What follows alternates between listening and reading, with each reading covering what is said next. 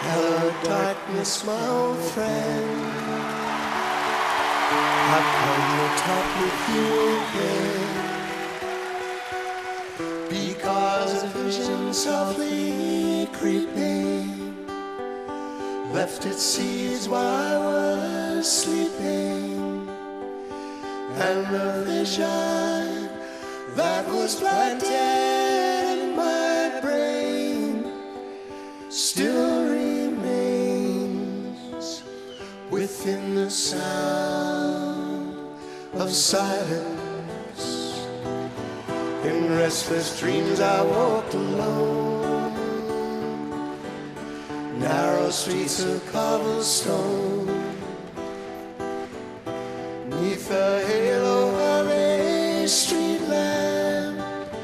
I turned my collar to the cold and damp, when my eyes were stabbed by the flash of a neon light that split the night and touched the sound of silence.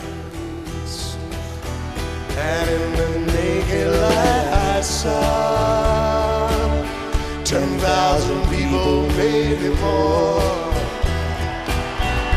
people talking without speaking, people hearing without listening, people writing songs that voices never share, and no one dare disturb the sound of silence.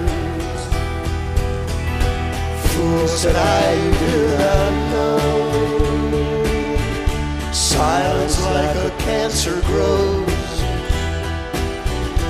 Hear my words that I might teach you, take my arms that I might reach out to you, but my words like silent raindrops fell and echoed in the wells of silence.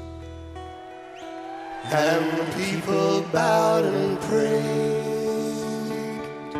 to the neon god they made, and the sign flashed its warning in the words that it was forming, and the sign said the words of the prophets are written on the subway walls and tenement halls, and whispered in the sound